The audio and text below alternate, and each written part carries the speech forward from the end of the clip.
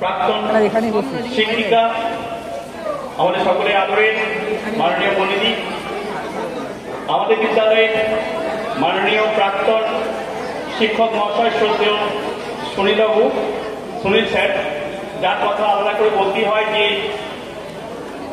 2023 সালে জানুয়ারি মাসে এই বিদ্যালয় থেকে অবসর গ্রহণ করার পরও নিরলসভাবে তিনি এই বিদ্যালয়ে সংস্কৃত বিষয়ে শিক্ষক থাকা না থাকার জন্য এখনো পর্যন্ত নিজ উদ্যোগে দীর্ঘ পথ পাড়ি দিয়ে শুধুমাত্র ছাত্রছাত্রীদের মুখের দিকে তাকিয়ে তিনি বিদ্যালয়ে আসেন, পাঠদান করেন, যেটা একটা বিরল অভিজ্ঞতা আমাদেরও। জানি না কোথায় কত জায়গাতে আছে। তো মাননীয় সুনীলবাবু, আমাদের শ্রদ্ধেয় সহকর্মীবৃন্দ, উপস্থিত আমার প্রাণ প্রিয় ছেলে ও মেয়েরা, আজকের অনুষ্ঠান সম্বন্ধে তোমাদের নতুন করে কিছু বলার নেই। আমরা একটা কথা শুনে এসেছি ছোট থেকেই, যে শিক্ষক জাতির মেরুদণ্ড, এবং a teacher is born not made. একজন শিক্ষক জন্মগতভাবে শিক্ষক হন, শিক্ষক তৈরি করা যায় না। তো এই দুটো কথায় আজকে যিনি আমাদের বিদ্যালয় থেকে অবসর গ্রহণ করবেন, সরকারি নিয়মে 60 বছর বয়স হয়ে গেলে তাকে অবসর গ্রহণ করতে হবে, আমাকেও যেতে হবে, যারা ছিলেন সবাইকে যেতে হবে। যতই আমরা এই স্কুলকে ভালোবাসি না কেন, একদিন সবাইকে এই স্কুল থেকে অবসর গ্রহণ করতেই হবে। তো সেই প্রদীপ কুমার চট্টোপাধ্যায় মহাশয়, যাদের আমাদের প্রদীপ স্যার বলি, তো মাঝে মাঝে আমার খুব সমস্যা হয় যে আমাদের অফিসে প্রদীপ মজুমদার বলে একজন আছেন, তোমরা জানো। এবারে স্যারও আমাদের অফিসেই বসেন, স্টাফ রুমে। তো আমি এসে থেকে দেখিনি যে স্যারকে স্টাফ রুমে বসতে, স্যার ওইখানে বসেন। এবং সব থেকে বড় ব্যাপার যেটা, যে তার সরলতা, একদম মাটির মানুষ যাকে বলা হয়। আমার এই বিদ্যালয়ে প্রধান শিক্ষকতার বয়সটা খুব বেশি নয়, 2 বছর প্লাস, কিন্তু তার মধ্যে তাকে আমি খুব কম দিনই পেয়েছি। শারীরিক অসুস্থতার জন্য অনেক সময় তিনি আসতে পারেননি, এখনো শারীরিক অসুস্থতা তার রয়েছে। তার মধ্যে থেকেও তিনি টোটো করে এসেছেন, সুজয় স্যারের গাড়ি করে এসেছেন, যতটা পেরেছেন তিনি স্কুলের জন্য এসেছেন। এবং অদ্ভুতভাবে ক্লাস 10-এর ইংরাজি বাংলা দুটো সাবজেক্টে তিনি পড়াচ্ছেন, যেখানে আমাদের স্পেশালাইজেশনের যুগ, যে ক্লাস 10-এ যদি বাংলা ক্লাস দেওয়া হয় তিনি ইংরাজি পড়ান না, ইংরাজি দিলে বাংলা পড়ান না। কিন্তু স্যারকে দেখছি তিনি বাংলাও পড়ান, ইংরাজিও পড়ান। এই প্রদীপ স্যারের আরেকটা অদ্ভুত গুণ আমি দেখেছি, এনার মন এবং মুখ এক। যেখানে আমরা সবাই মডার্ন প্রুফ বলতে, যে আমাদের একটা খুব ভালো লাইন আমার মনে হয়, ছোটবেলাতে যখন কলেজে পড়ছি তখন একটা লাইন আমার পড়েছিলাম। সেখানে বলা হয়েছিল যে we prepare a face to meet the faces that we meet. We prepare a face to meet the faces that we meet. আমরা প্রতি মুহূর্তে আমাদের মুখটাকে চেঞ্জ করে যাচ্ছি। মুখোশ কি অরিজিনাল যে মানুষ আর তার মুখোশ, এটা চেনা আজকের দিনে ভয়ঙ্কর কষ্টকর হয়েছে, দুঃসাধ্য ব্যাপার হয়েছে। এই আমার সামনে এসে হাসি হাসি করে কথা বলছে, তো পিছন দিক থেকে এই মাত্র ছড়ি মারছে। এখন এই মানুষগুলোকে চেনা খুব দুষ্কর ব্যাপার। এদেরকে দেখে মনে হবে এদের মতো ভগবান তুল্য মানুষ নেই, আবার পরে যখন জাজমেন্ট করা দেখা যায় তখন এদের মতো শয়তান তুল্য মানুষ আর পৃথিবীতে নেই।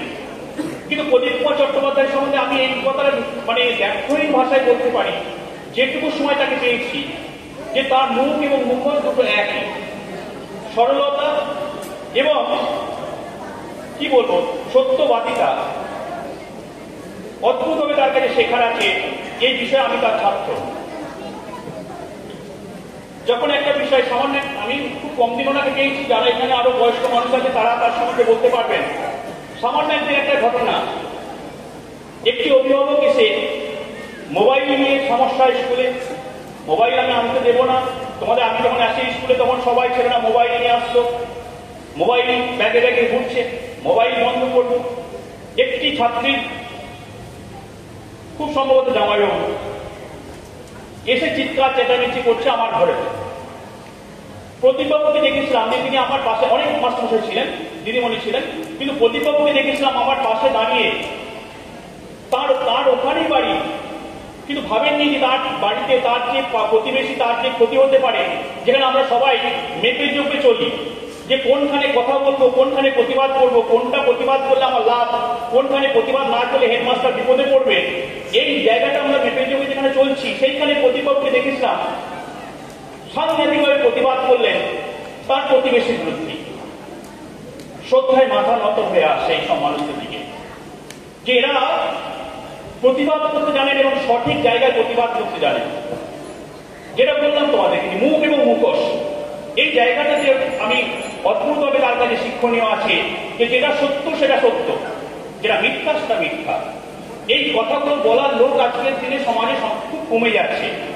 এই প্রতিপক্ষ স্কুল থেকে চলে যাচ্ছেন, আমাদের লোক কমে গেল এরকমভাবে। আগামী দিনে আমরা প্রতিপক্ষ প্রচন্ডভাবে শারীরিকভাবে অসুস্থ, তিনি বিদ্যালয়ে এসেছেন, আমার সঙ্গে ফোনে কথা হতো, স্যার ভালো করে বসতে পারছেন না, যন্ত্রণায় কাঁদছেন।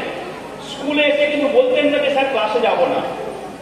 আমরা অনেক সময় রিকোয়েস্ট আছে আমার কাছে যে স্যার শরীর খারাপ, এই আজ পর্যন্ত একটা দিনও প্রতিপক্ষ শরীর খারাপ নিয়ে স্কুলে এলেও আমাকে একদিনও বলেননি যে স্যার ক্লাস 10-এর ক্লাসটা যেতে পারছি না, ক্লাস 9-এর ক্লাসটা যেতে পারছি না, স্যার অন্য কাউকে দিন। এই জিনিসটা আমি অন্তত আমার মানে যে 2 বছর ক্লাস সময়ে একদিনও উনি আমাকে অনুরোধ করেননি। উনি শরীর অসুস্থতা নিয়ে কিন্তু ক্লাস করেছেন। শিক্ষণীয়, শিখতে হবে, শুধু আমরা নয়, তোমাদের কাছে শিক্ষণীয়। তার ধৈর্যস্ত একটা পোশাক, সৌম্যকান্তি চেহারা, যে একটা দেখলেই যেখানে হচ্ছে মাথা নত হয়ে আসে যে মানুষটার প্রতি, আগামীকাল থেকে সেই মানুষটাই কিন্তু আমরা স্কুলে পাবো না। অদ্ভুত একটা নিয়ম যে 60 বছর বয়স হলে তাকে চলে যেতে হবে। তবুও আমি এই বিদ্যালয়ের প্রধান শিক্ষক হিসাবে প্রতিপক্ষের কাছে অনুরোধ করছি যে এই বিদ্যালয়ের দরজা সবসময় আপনার জন্য খোলা থাকবে। আপনি যেদিন যখন খুশি এই বিদ্যালয়ে আসবেন, যদি আপনার পক্ষে আপনার শরীর যদি একটু উন্নত হয়, শারীরিক অবস্থা যদি একটু উন্নতি ঘটে, তাহলে আপনার কাছ থেকে যদি ছাত্রছাত্রী, আমাদেরকে ছাত্রছাত্রী দিনের পর দিন এসএসসি হচ্ছে না, দিনের পর দিন শিক্ষক নিয়োগ বন্ধ, 6 জন মাস্টারমশাই আমাদের ইতিমধ্যেই ভ্যাকেন্ট পোস্ট হয়ে আছে। প্রদীপবাবুর আজ থেকে যাওয়ার পর কাল থেকে 7 জন ভ্যাকেন্ট হয়ে গেল। ডিসেম্বর মাসে দাঁড়িবাবু যাবেন, 8 জন ভ্যাকেন্ট হয়ে গেল। কাকে নিয়ে পড়াবো, স্কুল চালাবো কাকে নিয়ে? তবু সুনীলবাবু আসছেন, উৎপল স্যার আসছেন, যারা রিটায়ার করেছেন তারা এখন আসছেন। আমি ওদেরকে বললাম যে আমি অনেক বিদ্যালয়ের সঙ্গে খোঁজ খবর রাখি, যেখানে মাস্টারমশাইরা রিটায়ার করার পরে আবার বিদ্যালয়ে আসছেন। এই অভিজ্ঞতা খুব কম যে ছাত্রছাত্রীদের জন্য মাস্টারমশাইরা বিদ্যালয়ে আসছেন কোনো টাকা পয়সা ছাড়া। এই অভিজ্ঞতা খুব কম, সেটা নবগ্রাম ময়নাপুর ইন্ডিয়া হাই স্কুলে কিন্তু একমাত্র দেখা যায়। তো স্যারকে আমি অনুরোধ করছি যে আপনার শারীরিক উন্নতি ঘটলে অন্তত যেটুকু পারেন যদি মাঝে মধ্যে এসেও যদি আমাদের ছেলেমেয়েদের জন্য 2-1টা করে ক্লাসও নেন, তাহলে আমার ছেলেমেয়েরা, এই যে ছেলেমেয়েগুলো রয়েছে, এই যে নিষ্পাপ শিশুগুলো রয়েছে, কারণ দিনের পর দিন আমি যা দেখছি যে আমাদের যে ক্লাস 5-এ যে স্টুডেন্টরা এসছে, ক্লাস 6-এ যে নতুন স্টুডেন্টরা আসছে, একটা আগামী দিনে একটা সম্ভাবনা রয়েছে। তো আপনাদের মতো যে মানুষরা রয়েছে তারা যদি আসেন, তাহলে ছেলেমেয়েরা অনেক উপকৃত হবে, আমাদের এই বিদ্যালয় সামনের দিকে আরো এগিয়ে যাবে। এই অনুরোধটুকু আমি আপনার কাছে করছি যে যদি ভবিষ্যতে আপনার শারীরিক অবস্থার উন্নতি হয়, যদি আপনার বাড়ির কাছাকাছি, যদি অন্তত সপ্তাহে 1 দিন যদি আসা যায়, যে স্কুলে এসে যদি মাঝে মধ্যে ক্লাস নেন, এই অনুরোধ জানাচ্ছি আপনার কাছে। আর আপনার সর্বময় ঈশ্বর ঠাকুর মা স্বামীজির কাছে কামনা করি যে আপনি সুস্থ থাকুন, আপনি মানে আপনার যে বাকি যে জীবনটা, আমরা যে শিক্ষকদের তো কোনো অবসর হয় না, শিক্ষকদের আবার নতুন করে কাজে ঝাঁপিয়ে পড়তে হয়, কারণ সমাজ আমাদের কাছে অনেক কিছু চায়। এবং সব থেকে বড় ব্যাপার, যে সমস্ত রাজনৈতিক নেতারা যারা অনেক কথা বলেন, তারা কিন্তু যে কোনো জায়গায় প্রচারের জন্য তারা মাস্টারমশাইদেরকে নিয়ে যায়, কারণ তারা জানে, একমাত্র সমাজ জানে যে মাস্টারমশাইরাই একমাত্র সত্যি কথা বলে, যে এখনো পর্যন্ত সমাজে মাস্টারমশাইরাই সত্যি কথা বলেন এবং সমাজের মানুষরা মাস্টারমশাইদেরকেই বিশ্বাস করেন। তো সেই জায়গা থেকে সমাজ আপনার কাছে অনেক দাবি করে, এলাকা আপনার কাছে অনেক দাবি করে। তো সেই দাবি, সেই সমাজের উন্নতির জন্য আপনি কাজ করবেন।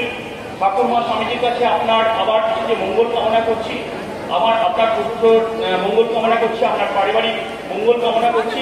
আপনি সুস্থ থাকুন, ঈশ্বর আপনার মঙ্গল করুন। এই কথা বলে আমি সকলকে আবার একটা ধন্যবাদ জানিয়ে যারা আমার প্রণম্য রয়েছে তাদেরকে প্রণাম জানিয়ে আমি আমার বক্তব্য শেষ করছি এবং সেই সাথে সাথে আজকে যে বিদায় সম্বর্ধনা অনুষ্ঠান সেই বিদায় সম্বর্ধনা অনুষ্ঠানের শুভ সূচনা করছি। নমস্কার।